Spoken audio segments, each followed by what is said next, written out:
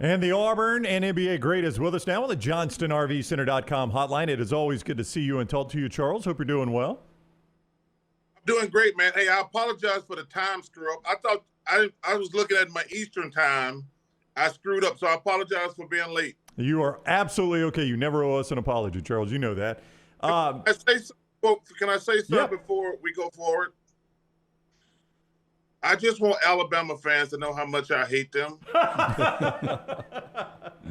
You know, these guys have lost 2 games, and they act like it's Armageddon.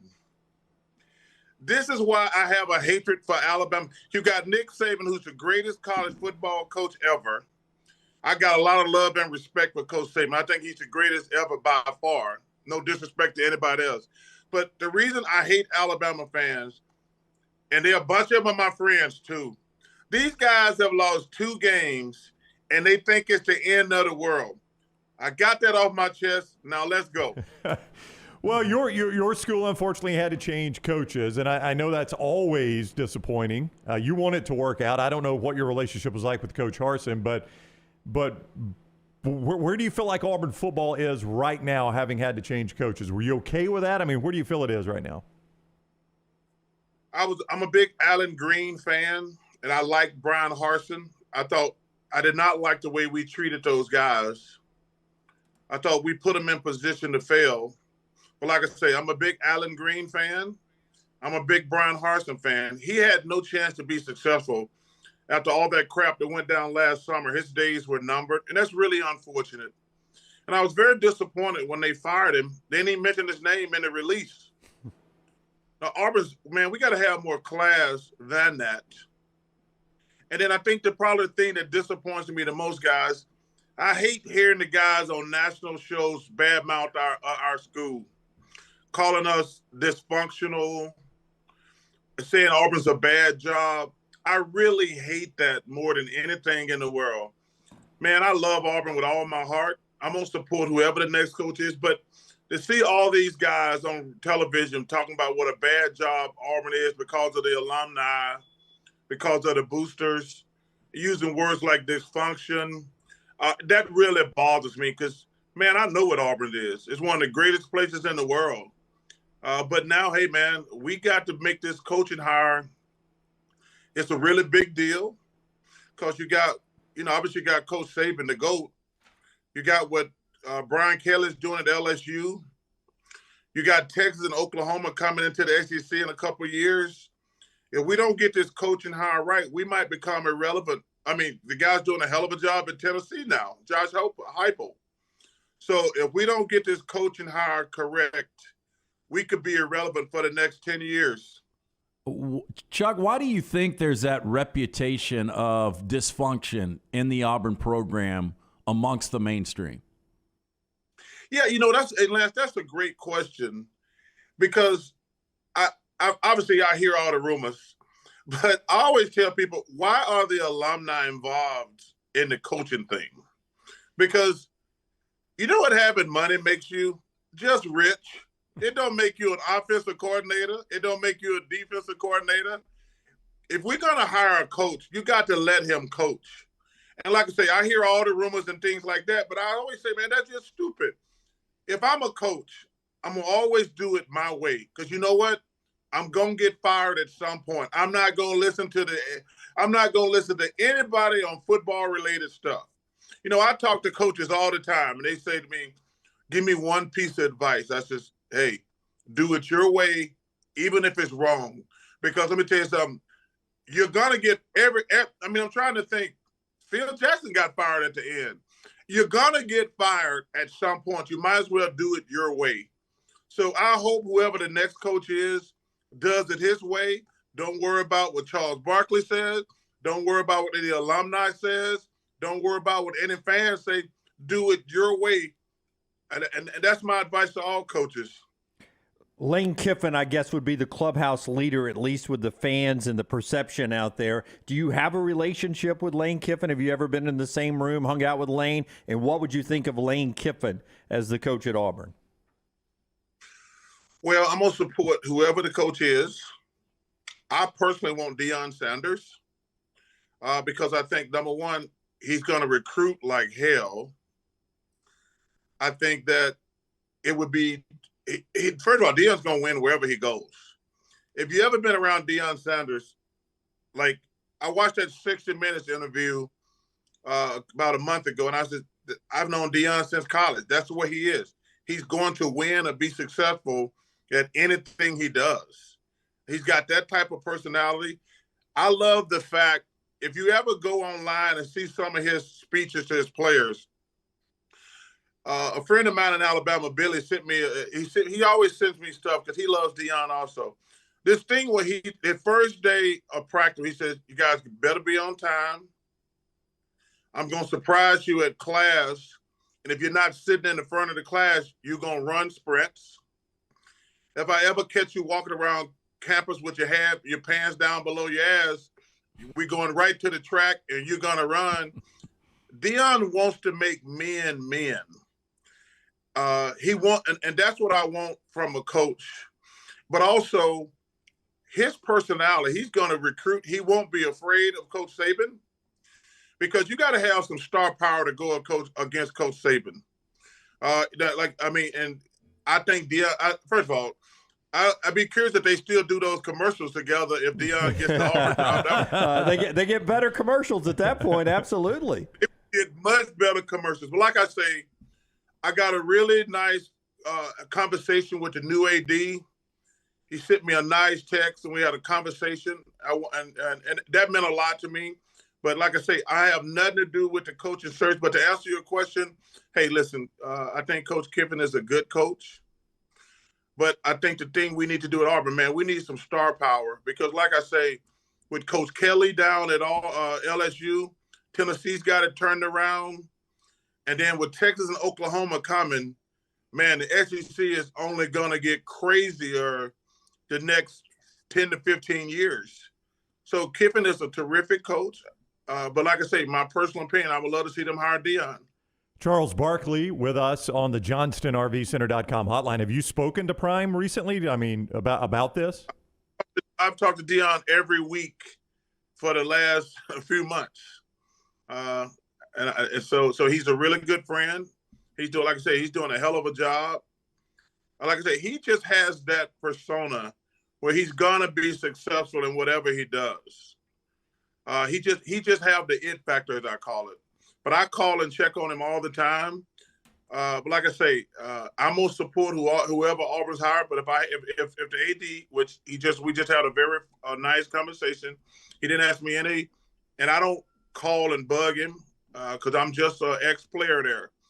And but like I say, man, whoever we get is really important, because like I say, if we don't get it right now, because clearly we're behind Alabama and Georgia, we're behind Tennessee, we're behind LSU, and then like I say, when Texas and Oklahoma come, their brands are powerful and big. So man, this is a really big deal, this next coaching hire. Pure speculation on your part, though. I mean, you know him well. Do you think Deion would take the job if offered? Yes. I think he would. But I think the problem Auburn's going to have, if they don't do something quickly, there's going to be a surprise team that hired Deion. I think going to hire Deion in the next month or two. Could that be a Pac-12 team? It won't be a Pac-12 team. Whoa, but okay. It's gonna be a shocker when it happens. But you can't because he's gonna get a great job sooner or later, whether this year or next year. But I think a school, just from what I'm hearing from people I'm talking, there's gonna be a really big important school like, hey man, if we wait and don't snatch this dude up right now, he's gonna go somewhere else in the next year or two. So do not be surprised if there's a shocker coming out of the SEC soon. Whoa, out of the SEC. Wow. Just telling you. Whoa, hang on, Charles. Hang on. So what you're saying is there is going to be a surprising coaching change inside the SEC, and it is going to include Deion Sanders. Is that what you're saying, in your opinion? I think what I'm telling you is I think there's going to be a shocker firing in the SEC. And I know for a fact that they're probably going to go after Deion.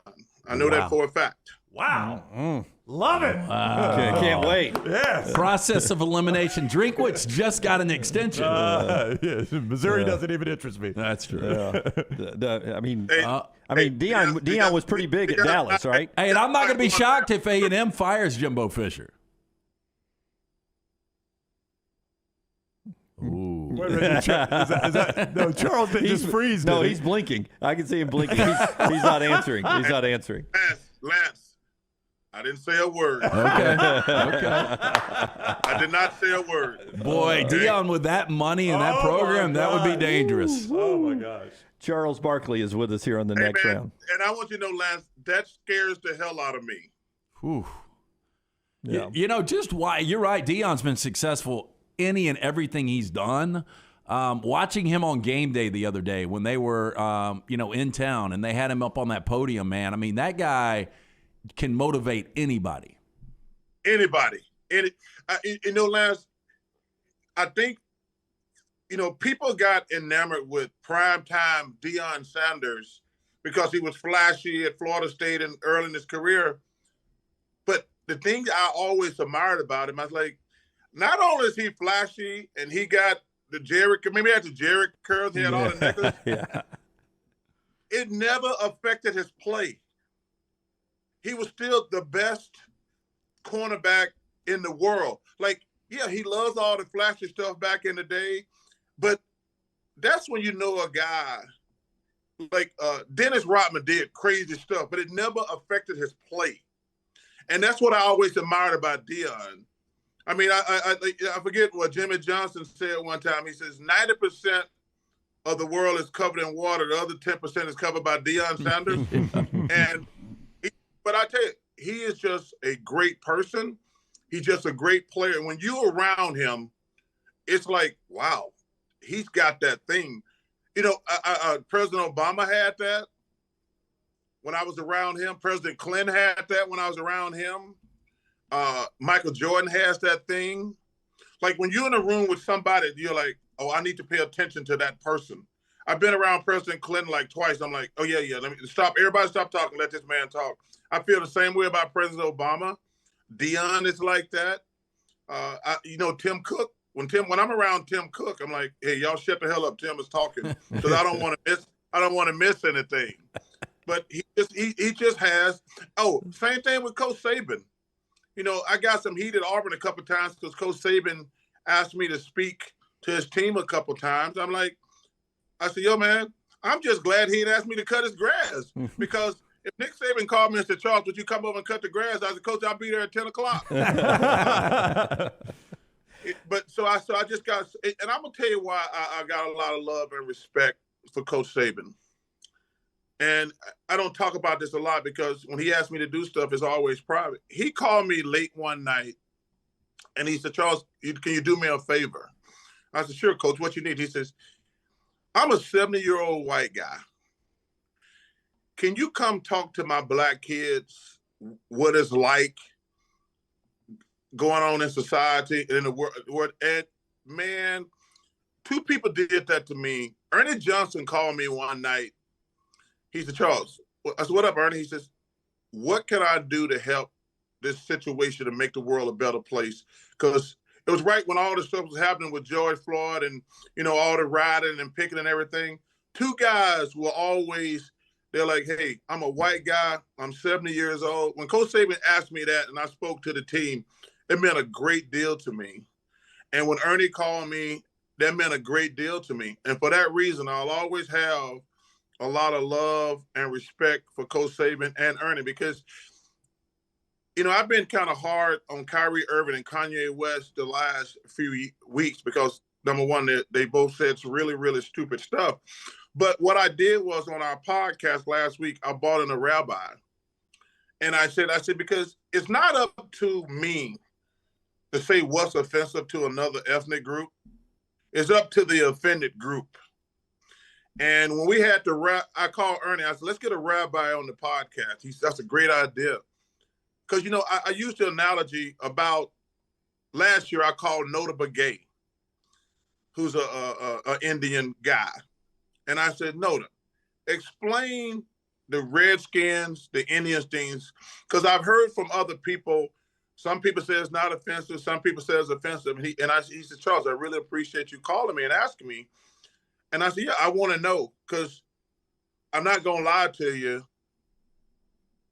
I've never been offended by the Redskins terms or the Cleveland Indians. You see, clearly they're both changed. But I says, it's not up to me to make that decision what's offensive.